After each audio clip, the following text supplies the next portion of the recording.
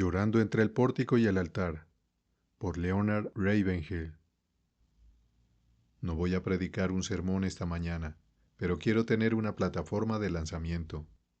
Ceñíos y lamentad, sacerdotes, gemid, ministros del altar, venid, dormid en cilicio, ministros de mi Dios, porque quitad desde la casa de vuestro Dios la ofrenda y la libación. Proclamad ayuno, convocad asamblea solemne. Joel capítulo 1, versículo 13. Y luego en el versículo 17 del siguiente capítulo, entre la entrada y el altar lloren los sacerdotes, ministros de Jehová, y digan, perdona, oh Jehová, tu pueblo, y no entregues al oprobio tu heredad, para que las naciones se enseñoreen de ella, porque, ¿qué han de decir entre los pueblos? ¿Dónde está su Dios? Hace unos años el doctor Carl Henry, fundador y editor de Cristianos Hoy, envió un cuestionario a lo que él llamaba 20 de los principales predicadores intelectuales del país. Y la pregunta que envió fue esta: ¿qué ven para la Iglesia de Jesucristo para el año 2000? Recuerdo solo una de las respuestas. Fue dada por Elton Trublot, el filósofo cuáquero. Dijo esta asombrosa frase: para el año 2000, la Iglesia será una minoría, rodeada de un paganismo arrogante y militante. Me tragué eso, con anzuelo, línea y plomada, y me desperté alrededor de las 2 de la mañana con indigestión mental y creo que espiritual. Luego me recordé a mí mismo que el cristianismo no fue servido al mundo en una bandeja de plata. El cristianismo nació en una sociedad sofisticada y totalitaria. La iglesia primitiva estaba cercada por un lado con la maquinaria militar más poderosa de la historia, el poder de Roma. Estaba cercada por el otro lado con el intelectualismo griego. Estaba bloqueada delante por el monopolio que los judíos pensaban que tenían sobre Dios. Esos hombres que trastornaron el mundo no tenían ninguna capacidad intelectual colosal, ningún gran respaldo financiero, ningún estatus social. Eran de los hombres más despreciados en y alrededor de Jerusalén. Y sin embargo, de alguna manera se destacaron, y luego se dijo que trastornaron el mundo. Pienso al menos una vez por semana, y a veces pienso una vez al día, en lo que el doctor Phillips, quien nos dio el Nuevo Testamento de Phillips, dijo sobre los primeros capítulos de los Hechos. Esta es la iglesia de Jesucristo antes de engordar y quedarse sin aliento por la prosperidad. Esta es la iglesia de Jesucristo antes de volverse musculosa por la excesiva organización. Esta es la iglesia de Jesucristo donde no reunían a un grupo de intelectuales para estudiar medicina psicosomática, simplemente sanaban a los enfermos. Esta es la iglesia de Jesucristo donde no recitaban oraciones, sino que oraban en el Espíritu Santo. Hay una gran diferencia. La tragedia en nuestros colegios y seminarios en este momento es que formamos hombres que conocen la palabra de Dios. Eso nunca va a cambiar el mundo. La pregunta no es si conocen la palabra de Dios. La pregunta es, ¿conocen al Dios de la palabra? Darle una licencia para predicar a un hombre solo porque tiene tanta capacidad académica es como darle una licencia de conducir a un ciego. Si no conoces a Dios, ¿por qué estás en este negocio? Tenemos que decidir si este libro es absoluto o obsoleto, o tiene la respuesta para nuestra generación o olvidarlo. Tenemos que decidir que predicar no es una profesión, es una pasión. Recuerdo haber caminado por Hill Holmore, en Londres, hace algún tiempo, creo que hace unos 25 años. Una señora pequeña iba hacia el buzón. Allí estaba muy encorvada y temblorosa. Puso su correo en el buzón, luego se giró para entrar en un edificio. Alguien me preguntó, ¿sabes quién es? Y yo respondí, no tengo la menor idea. Esa es la viuda de Hugh Price, en un tiempo el rey del púlpito metodista en Inglaterra. Su hija nos dio una gran biografía de su padre y dijo, cuando regresaba un domingo por la noche del servicio, si no se había salvado nadie, era inconsolable. No podías consolarlo, no comía, no bebía, ni siquiera se quitaba su abrigo largo. Se tiraba sobre su cama y sollozaba diciendo, ¿por qué, por qué, por qué?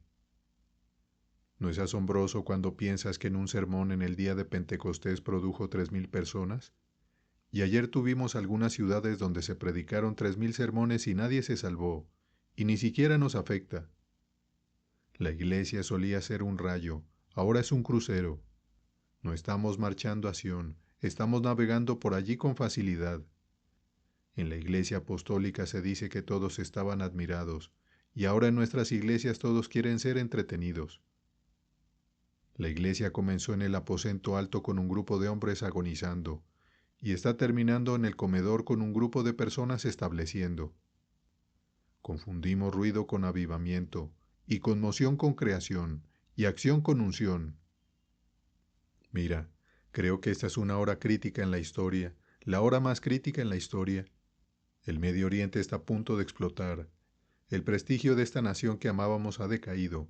Como alguien dijo, vivimos en un teatro del absurdo. Soy lo suficientemente mayor para recordar años antes de la Primera Guerra Mundial.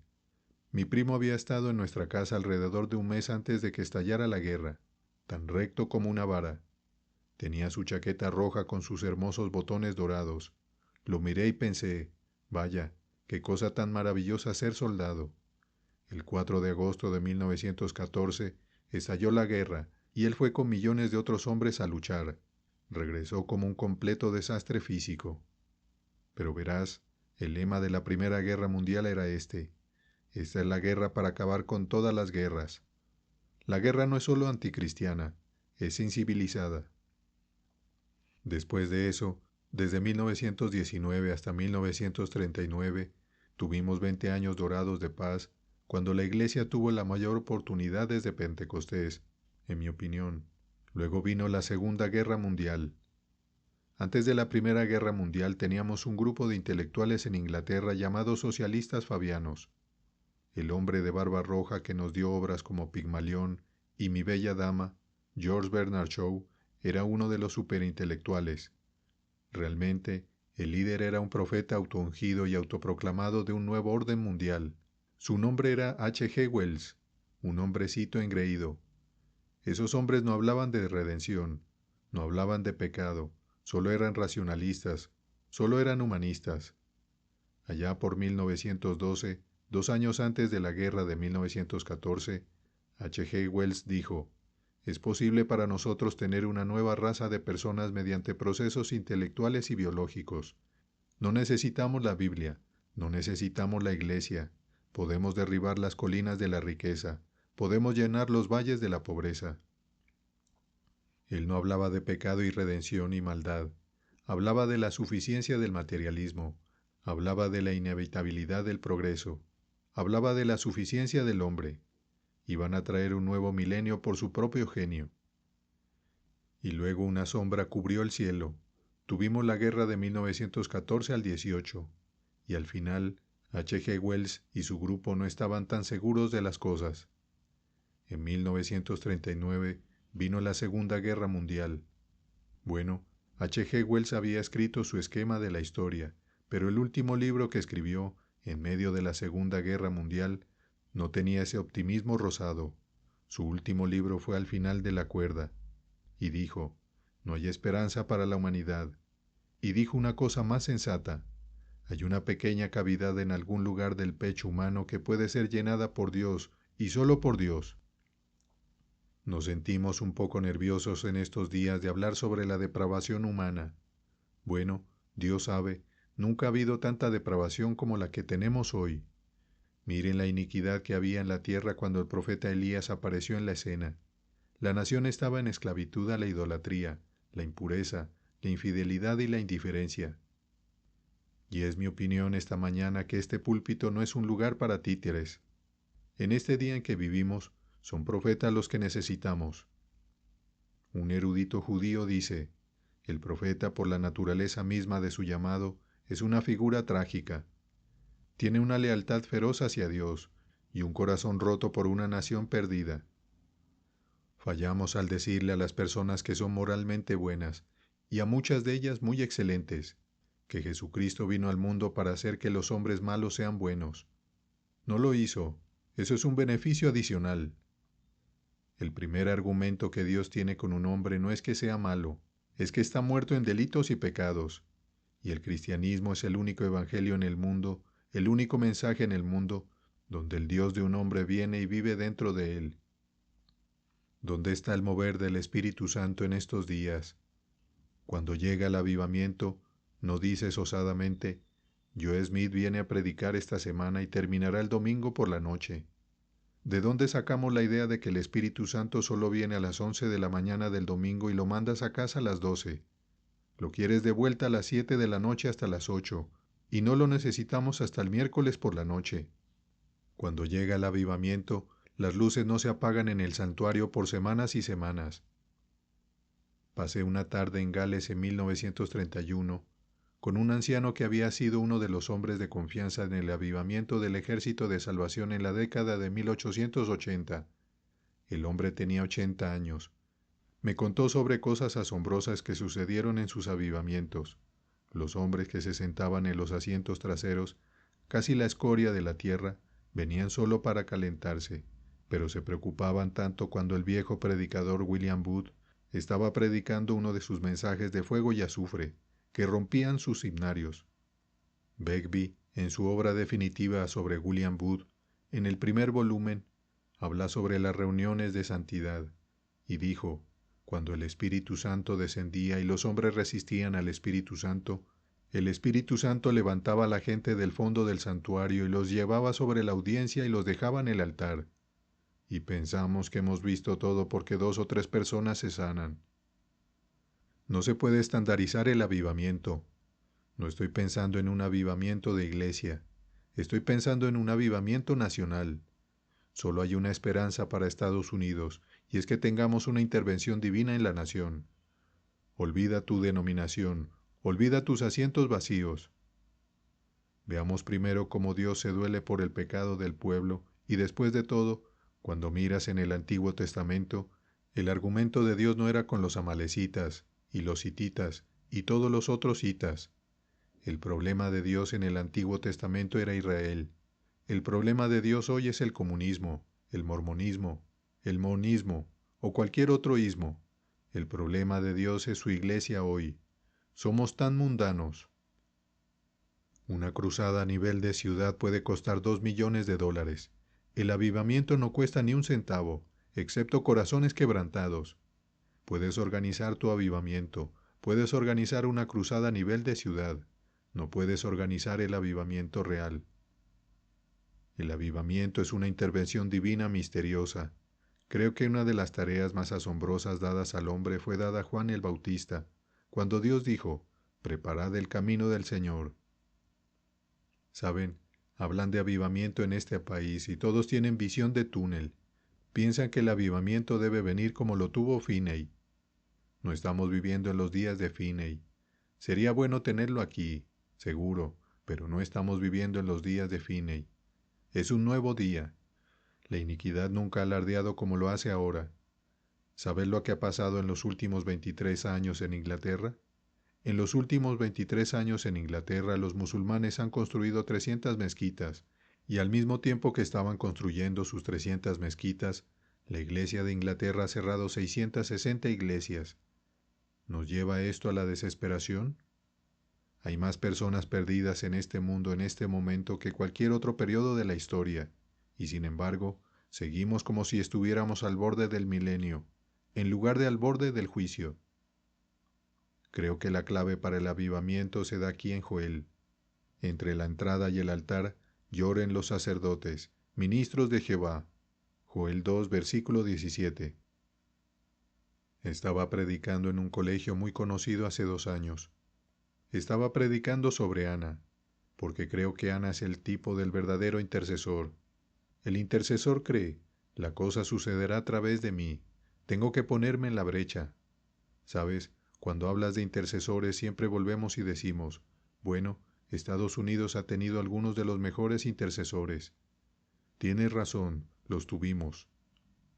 Tuvimos al orante Payson de Portland en el siglo XIX. El piso de su habitación era tan duro como este metal, y sin embargo, había 2 surcos uno al lado del otro donde sus rodillas solían rozar el piso. ¿Qué hay de Jonathan Gofford que salió y tuvo avivamiento en China? ¿Qué hay de John Hyde, uno de los mayores hombres de oración? ¿Sabes qué fue lo primero que realmente me movió hacia Dios después de que me salvé? Alguien me dio una edición abreviada de la vida de David Brainerd. Simplemente no podía creerlo, no podía asimilarlo. ¿Podía un hombre ser tan completamente desinteresado? Lo que nos está paralizando es nuestra prosperidad. El materialismo está ahogando a la Iglesia, así como al mundo. Queremos facilidad y comodidad. Cuando leí sobre un joven que podía salir a la nieve, a veces con nieve hasta el cuello, luchando en oración desde el amanecer hasta el atardecer con un cuerpo tuberculoso, cuando leí sobre un hombre que luchaba en oración así, quedé atónito. Y como la iglesia a la que asistía estaba bastante adormecida y yo tenía solo unos 17 años, salí al bosque de Sherwood. Viví al borde de él y comencé a orar solo por la noche. Tenemos algunos helechos allí y crecen 7 u 8 pies de altura. Solía meterme entre ellos y llorar, gemir y orar por avivamiento. Y el avivamiento llegó. ¿Porque yo oré? No, yo era uno de varios. Pero llegó un hombre llamado George Jefferies, muy humilde. Nunca se detenía a conocerte. Nunca mencionaba el dinero. Solo llegaba allí, cantaba un coro, pero el ministerio y la autoridad de Dios estaban sobre él, y nuevamente se repetían los hechos de los apóstoles. No creo que un movimiento de milagros como ese sea la única respuesta. De hecho, creo que podríamos omitir eso. En los últimos 30 años, Estados Unidos ha tenido más cruzadas de sanación que todas las naciones del mundo juntas. Lo que necesitamos ahora es un avivamiento de santidad, un avivamiento de carácter, un avivamiento de personas que sean completamente desinteresadas y estén preparadas para poner sus vidas en el altar para Dios. Paul Kaufman fue a Nagaland, India, para ver lo que sucedió y esperaba algo como Finney. Cuando llegó allí, vio señales y maravillas y milagros. Los lisiados fueron sanados, los ciegos veían. Cada cosa distorsionada y pervertida se corregía. ¿Y qué? Oye, ¿alguna vez oíste de un avivamiento así? El gobierno ha hecho una investigación.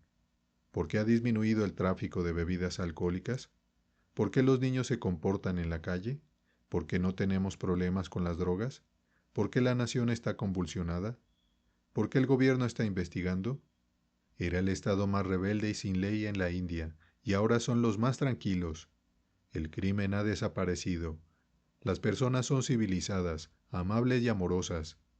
Bueno, es la misma historia de siempre.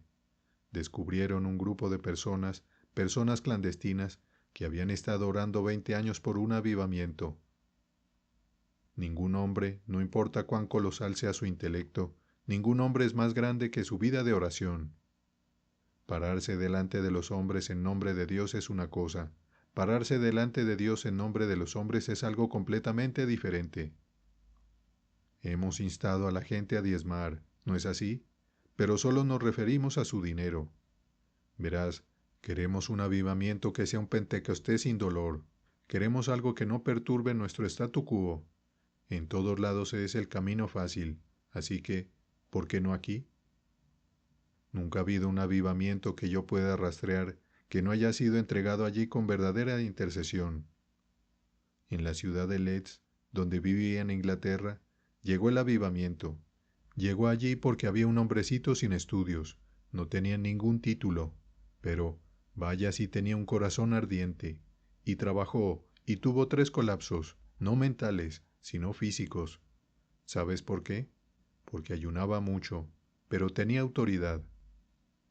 Pablo dice en Efesios 6, versículo 19, y por mí, a fin de que al abrir mi boca me sea dada palabra para dar a conocer con denuedo el misterio del Evangelio. En otras palabras, quiere decir que la palabra está investida con esa cosa misteriosa que no puedes definir y que nadie puede dar, lo que llamamos unción, la unción de Dios. Si el dinero pudiera comprarla, vaya, algunos de ustedes venderían su casa para obtenerla, pero no puedes conseguirla con dinero, y no puedes conseguirla en la universidad. Estamos tratando de casar el cristianismo con la prosperidad, la popularidad y las personalidades, y no está funcionando. O puedes predicar la doctrina de la prosperidad porque eso alimentará nuestra carnalidad. Mira, ¿por qué esos hombres que predican eso no van al tercer mundo a predicarlo donde lo necesitan? Conozco a gente adinerada. Muchos de ellos son personas encantadoras y creo que Dios les permite tener un ministerio en suplir necesidades. Pero cuando la iglesia de Jesucristo es próspera, nunca tiene avivamiento. Es cuando es pobre. La oración es el lenguaje de los pobres. Inclina, oh Jehová, tu oído, y óyeme, porque estoy afligido y menesteroso. Los autosatisfechos no necesitan orar, los autosuficientes no quieren orar, los autojustos no pueden orar. Pero el hombre que se da cuenta, necesito algo fuera de todo lo que es humano, quiere sumergir su alma en la oración. Fui a una pequeña escuela bíblica en Inglaterra. Solo había 35 estudiantes, pero me alegra que el hombre que era el director fuera un hombre de oración. Samuel Shoutwith, quien escribió el libro del Camino de la Oración. La reunión más débil en casi cualquier iglesia, sin excepción, es la reunión de oración. Y cuando no somos fuertes en la oración, le estamos diciendo a Dios, podemos manejarnos. Por supuesto oraremos si tenemos una invasión. Oraremos si tenemos una hambruna. Tenemos un gran Dios de utilidad. Muy a menudo decimos a los jóvenes, ahora miren, tienen que leer su Biblia y mantener su oración. Necesitan mantener su vida de oración para mantener su vida cristiana. No, no es así, no es así. Necesitas mantener tu vida cristiana para poder orar. El mayor expositor del mundo vivo hoy me dijo personalmente, no tengo ningún problema, me deleito en exponer la palabra. Mis libros, escribió muchos, muchos libros, pero dijo, siempre he encontrado la oración muy difícil. Simplemente encuentro que la oración es la cosa más difícil del mundo. Lee los Hechos de los Apóstoles y todo lo que lees es oración, oración, oración. Cuando oraron, el lugar se sacudió. Si quieres leer sobre la vida de oración de Jesús, leerías el Evangelio según San Lucas, porque en cada instante presenta a Jesús como un hombre de oración. Recuerdo una serie de reuniones que tuvimos en Gales en 1949. Después de 3 días, una señora, la señora Lewis, me dijo, hermano Ravenhill, esto es lo más cercano al avivamiento de Gales que hemos tenido. Eso fue 40 años después del avivamiento de Gales. Señora Lewis, ¿cuál es el punto de su comparación? Porque subimos la colina ahora como lo hacíamos entonces. Y explicó, anoche, la noche anterior a esa, dijo, no fue hasta que llegamos a la encrucijada y nos despedimos diciendo buenas noches, que nos dimos cuenta de que nadie había dicho una palabra. Estábamos tan asombrados por la majestad y la presencia de Dios. Nuestra gente no pasa del umbral de la iglesia y dice, oye, ¿crees que los Cowboys ganaron hoy? Es una tontería, una gran tontería. ¿Cuándo fue la última vez que saliste de puntillas del santuario cuando no te atreviste a decir una palabra? La iglesia tiene que redescubrir 2 cosas. Una, la majestad y la santidad de Dios, y la otra, la pecaminosidad del pecado. La oración no es la cosa más fácil del mundo. La oración es la cosa más difícil del mundo. La oración es la cosa más exigente del mundo. Tuve el placer de orar muy a menudo con Duncan Campbell, un hombre que Dios usó en el avivamiento de Hébridas, desde 1950 en adelante. Un día le pregunté sobre un cierto evento, y él dijo, sí, es correcto. Cuando estaba ministrando, el lugar era como de hierro, parecía como si Dios estuviera a 1.000.000 de millas de distancia, y mi mensaje era como lanzar una pelota de goma contra la pared. 1000 palabras volvían hacia mí. Frente a él había todo tipo de ministros, pero no dijo nada a los predicadores, diáconos y ancianos. Señaló a un muchacho que estaba allí sentado, lo llamó por su nombre y le dijo, «Muchacho, ¿puedes orar?»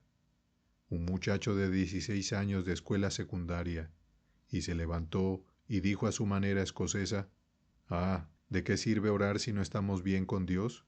Y comenzó a citar el Salmo 24, «¿Quién subirá al monte de Jehová? El impío de manos y puro de corazón», y así sucesivamente, y cuando terminó, me dijo Duncan, la quietud de la eternidad estaba en el edificio, y el muchacho oró 10 minutos, 20 minutos, 30 minutos, 40 minutos, y luego, cuando oraba como si pudiera ver lo invisible, dijo, «Satanás, oh, he oído oído a la gente decir esto casi en tono de broma en algunas reuniones. «Saca al diablo de este lugar». El joven se paró allí y dijo: «Satanás, te reprendo. Sal de este territorio, en el nombre del Padre y del Hijo y del Espíritu Santo. Invoco la sangre de Cristo. Fuera». Y como si se activara un interruptor en el cielo, Dios vino a la reunión. Vino a una taberna al final de la calle, y la gente la dejó. Vino a un baile al final de la calle y la gente lo dejó. Tenemos que arrastrar a la gente al altar. No hay llamados al altar en el Nuevo Testamento si quiere ser realmente bíblico. Los llamados al altar son una invención para cuando el Espíritu Santo no trata con la gente. Este muchacho oró, el Espíritu Santo vino, y toda esa comunidad palpitó con Dios. Predicador, solo tienes 2 cosas que hacer, no 22. No se supone que seas el conserje y manejes un negocio y te ocupes del saldo bancario de la iglesia y toda esa basura. Si vas a ser un verdadero predicador bíblico, tienes 2 cosas que hacer según Hechos 6, versículo 4. Entregarte continuamente a la oración y al ministerio de la palabra. Eso es todo lo que tienes que hacer. ¿Quién va a visitar a los enfermos? Los diáconos. ¿Quién va a enterrar a los muertos? Los diáconos. La Escritura claramente dice: «Deja que los muertos entierren a sus muertos». Me gusta bromear, ya sabes. Queremos que la iglesia funcione a nuestra manera. Dios bendice nuestros planes. Dios bendice lo que hacemos. Cuando Alexander McLaren fue a esa gran iglesia en Manchester, Inglaterra, y he ministrado en esa iglesia, con capacidad para un par de miles de personas, los diáconos, grandes hombres barbudos en aquellos días, le hicieron una serie de preguntas que respondió. Dijeron: «Te hemos pedido que seas el pastor de esa iglesia. Te daremos una nueva casa, la amoblaremos, te compraremos un carruaje y te daremos un gran salario». Después de seguir y seguir, preguntaron: «¿Aceptarás esto?». Y él dijo: «Está bien, lo aceptaré, siempre y cuando acepte mis términos». ¿Tienes términos? Sabes, la mayoría de las iglesias piensa que cuando contratan a un pastor, están alquilando un coche. Mejor ven y encaja. ¿Y cuáles son las condiciones? Y él estableció algunas, pero una cosa vital que estableció fue esta: no haré visitas. El doctor Tozer amaba a ese preciado hombre y hablaba con él a menudo. Solo los 2 en su oficina lloraban juntos. El doctor Tozer nunca asistió a una escuela bíblica, nunca fue al seminario. Sin embargo, fue uno de los hombres más eruditos que jamás conocí. Me quedé en la casa de un miembro de su iglesia y ella dijo: «¿Sabes qué? He asistido a su iglesia durante 25 años y no he estado en mi casa 5 veces. Pero te diré algo, él puso la mesa, y eso es todo lo que tienes que hacer». Saben, hermanos, nunca tienen que anunciar un incendio. No tienes que anunciarlo en el periódico. Olvídenlo. Deja que la gloria del Señor llene el templo. La gente vendrá de cientos de kilómetros, porque hay hambre por todas partes. Mi teléfono suena constantemente. Me voy a mudar aquí, me voy a mudar allá. ¿Conoces una iglesia que realmente esté en llamas por Dios? ¿Una iglesia donde tenga vigilias de oración?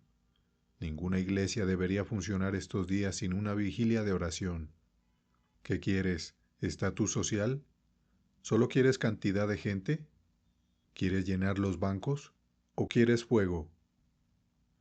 Dije anoche, creo que el mayor honor que se ha dado a un predicador en la historia no fue dado por los hombres, fue dado por los demonios. Cuando esos demonios dijeron: «A Jesús conozco y sé quién es Pablo». Vamos, predicador, ¿crees que si el diablo tiene una lista de los 10 hombres más buscados en Estados Unidos, tú eres uno de ellos? Preferiría ser el último hombre en la lista de peligro del diablo que el primer hombre en cualquier lista de honor de predicadores. Lo diré de nuevo: hermano, si no eres conocido en el infierno, no vales nada. Debemos darnos cuenta de que no estamos luchando solo contra una situación local, no estamos luchando contra la adicción a las drogas, no estamos luchando contra la pornografía masiva. Estamos rodeados por un paganismo arrogante y militante. Si le hubieras dicho a tu abuelo hace 40 años que 40,000 homosexuales marcharían por la calle principal, él habría dicho: «No en Estados Unidos». ¿Sabes qué? el adulterio y el divorcio están alcanzando proporciones epidémicas incluso en la Iglesia de Dios. Tenemos moralidad decente en algunas iglesias, ni hablar de espiritualidad. No elegimos diáconos porque estén llenos de fe y de Espíritu Santo. Los nombramos porque tienen 2 estaciones Texaco y un puesto de perritos calientes. Otra cosa que hizo Jesús, Él oró toda la noche antes de elegir sus discípulos. Si oráramos toda la noche antes de elegir nuestros diáconos, te garantizo que la mitad de ellos no estarían, si tuviéramos que obtener el testimonio del Espíritu al respecto. Verás, hay gente que dice, ¿por qué no escribes un libro sobre algunos métodos de avivamiento? No puedo hacer eso. No necesitamos encontrar la fórmula para el avivamiento. La fórmula para el avivamiento está en la palabra de Dios o no existe. La fórmula para el avivamiento es: los predicadores necesitan postrarse en los altares y llorar porque no tienen lágrimas, gemir porque no hay un movimiento del Espíritu de Dios, pedir perdón a Dios porque de alguna manera hemos manipulado lo sobrenatural. Ahora no estoy pensando solo en milagros de extremidades torcidas y otras. Creo que el mayor milagro que Dios puede hacer es tomar a un hombre impío de un mundo impío, hacer que ese hombre impío sea santo, y volverlo a un mundo impío y mantenerlo santo.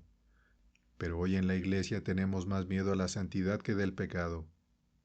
Si un hombre inmundo con un espíritu inmundo hace cosas inmundas, si un hombre vil hace cosas viles porque tiene un espíritu vil, ciertamente el hombre que tiene el Espíritu Santo en él vivirá una vida santa. Ya no le pregunto a la gente si son salvos. Olvídalo. Todos están salvos, dicen. No significa nada. No le preguntes a un hombre si ha nacido de nuevo. Solo míralo suavemente. No importa quién sea, pentecostal, presbiteriano, metodista o menonita. Solo di, hermano, ¿vive Cristo en ti? Bueno, ¿no es ese el estándar del nuevo nacimiento? ¿No es eso lo que Pablo dice? ¿Cristo en vosotros la esperanza de gloria? Oigo mucho sobre los dones del Espíritu. Está bien. Oigo menos sobre el fruto del Espíritu. Oigo menos sobre tener fruto para santificación. Oigo menos sobre producir frutos dignos de arrepentimiento. ¿Sabes por qué algunas personas no creen en nuestros conversos? Porque no vuelven y limpian el desastre sucio que han hecho en la medida de lo posible. Devuelvan el dinero robado. Mantengan al bebé de la chica que metieron en problemas. O alguna otra cosa que deberían hacer. Produzcan fruto. Un árbol sano no produce fruto. Es el árbol que tiene toda la vida fluyendo el que produce fruto. Un día Napoleón pasó su dedo índice alrededor de un gran país. Estaba hablando con sus generales y dijo: «Allí yace un gigante dormido. Déjenlo dormir. Porque», dijo, «si ese país alguna vez despierta y aprovecha su poder humano y su poder mineral, sacudirá al mundo». El país que delineó, en caso de que te interese, no era otro que China, nuestro mayor dolor de cabeza. Mira al diablo parado allí. No está pasando su dedo alrededor de un mapa, está pasando su dedo alrededor de la iglesia de Jesucristo y dice: «Allí está la iglesia de Jesucristo dormida, déjenla dormir». Porque si alguna vez redescubre el poder del Espíritu Santo, si alguna vez redescubre el poder de la resurrección de Jesús, sacudirá al mundo. Me pregunto cuánto de nuestras vidas está dominado por el Espíritu de Dios. No podemos ir a las congregaciones. Deja que el ministro llore entre el altar y los postes de las puertas. Un día caminé por el frente del podio, en un distinguido y maravilloso colegio, 1400 estudiantes escuchando. Solo caminé y le dije a los profesores: «Caballeros, están enseñando a jóvenes a ser predicadores. En un sentido, ellos van a guiar a la iglesia en los días futuros. Díganme esto, ¿tienen para ellos un curso sobre el llanto? Y si se gradúan, ¿tienen un curso sobre el aullido?». Un viejo profesor vino y se sentó en la parte de atrás en una de mis reuniones. Creía en la vieja sangre y fuego, predicación del fuego del infierno y vida santa, y una iglesia haciendo algo que Dios depositó en el mundo solo para mostrarle a la gente cómo pueden redimirnos y conseguir una novia para sí mismo. Y ya sabes, todos los otros profesores en esa universidad dicen: «Ese viejo está senil». Me gusta una vieja declaración que creo que fue hecha por Montgomery: «Todas las cosas terrenales con la tierra desaparecerán, pero la oración alcanza la eternidad. Y si vamos a ver cómo Dios ve, orando, hace poco, el Señor pareció decirme esto: si dices estar lleno del Espíritu Santo, las cosas que entristecen al Espíritu te entristecerán a ti. ¿Sobre quién deposita el Señor sus cargas? ¿Las lanza al olvido? No, no. Él dice: mi yugo es fácil y ligera mi carga. No queremos que la gente piense que estamos deprimidos. Quiero decir, todo es deprimente afuera. ¿Por qué cubrirlo? Nos dirigimos al juicio más rápido de lo que puedas imaginar a menos que haya una intervención divina. Y la clave, nuevamente, es que los ministros lloren, los ministros aúllen. Seguramente necesitamos un avivamiento nacido del cielo, sacudidor de la tierra, aterrador del infierno, y solo viene a través del quebrantamiento, viene a través de la honestidad. Viene cuando admitimos, lo cual es cierto para la mayoría de los que nos rodean hoy en día, que solo tenemos una forma de piedad. Gracias a Dios no somos inmundos, ni sucios ni borrachos, y no tenemos una mujer de sobra o algo así. Somos bastante buenos. Ja, si eso es justo como Israel, salieron de Egipto y llegaron a Cades Barnea, y en lugar de ir a la tierra prometida se quedaron atrapados. Cades Barnea se suponía que era una puerta de entrada y se convirtió en una meta. Se suponía que era una vía de paso y se convirtió en una terminal. Se suponía que era un trampolín hacia algo más. Se convirtió en una piedra de tropiezo. Déjenme terminar esto. Estaba leyendo, y supongo que lo leo cada semana o lo recito a mí mismo, ese capítulo asombroso que llamamos el capítulo de la fe en Hebreos 11. La fe se menciona 24 veces en ese capítulo. Creo que la clave no es solo la palabra fe, creo que la clave está en el versículo 6. Pero sin fe es imposible agradar a Dios, porque es necesario que el que se acerca a Dios crea que le hay. ¿Qué es Él? Es todo lo que dijo en esta palabra. Y luego, leí en Hebreos 11, conquistaron reinos, hicieron justicia, alcanzaron promesas, taparon bocas de leones, las mujeres recibieron sus muertos mediante resurrección. Leí eso y me arrodillé a orar en mi oficina, y es como si el Señor dijera: di eso nuevamente. Y entonces lo dije: Señor, estas personas allá lejos conquistaron reinos enteros, hicieron justicia, alcanzaron promesas, taparon bocas de leones, las mujeres recibieron sus muertos mediante resurrección. Y, como alguien dijo este año, y ninguno de ellos tenía una Biblia. ¿Alguna vez consideraste eso? Déjame llevarte a una época en la que el pueblo escogido de Dios andaba por ahí en pieles de oveja y de cabra. Ahora tenemos una tierra que fluye leche y miel, y las iglesias fluyen con visión y dinero, como si Dios mirara lo exterior. Olvídalo, Él mira el interior. Esas personas nunca tuvieron 66 libros. ¿Y sabes qué? Si el mundo dura otros 100,000 años, lo cual no será así, pero si lo hiciera, Dios no tiene nada que añadir a ese libro. Ha dicho todo lo que va a decirle al hombre. En mi juventud solía ir a escuchar una clase bíblica donde el doctor Campbell Morgan, donde solía muy a menudo predicar, un fascinante maestro de la Biblia. Y recuerdo que en mi adolescencia temprana pensé: un día me quedaré atrás y le preguntaré qué tipo de Biblia tiene, porque todo lo que él tiene no está en mi Biblia. No me importa si estás pensando en Finney, o Wesley, o Booth, o cualquier otra figura majestuosa que haya gobernado en la Iglesia de Dios y visto avivamiento. Ninguno de ellos tenía una Biblia más grande que tú y yo. Es la misma palabra. Nuevamente, es mejor que decidamos si es absoluta o obsoleta. Te diré algo: si este libro no tiene la respuesta para el mundo podrido, corrupto y apestoso, no hay respuesta para él. Hemos superado en pecado a Sodoma y Gomorra. ¿Sabes que hay 600 millones de Biblias en Estados Unidos? ¿Intentarías adivinar cuántos millones o miles de millones de cassettes de la Biblia hay en esta nación?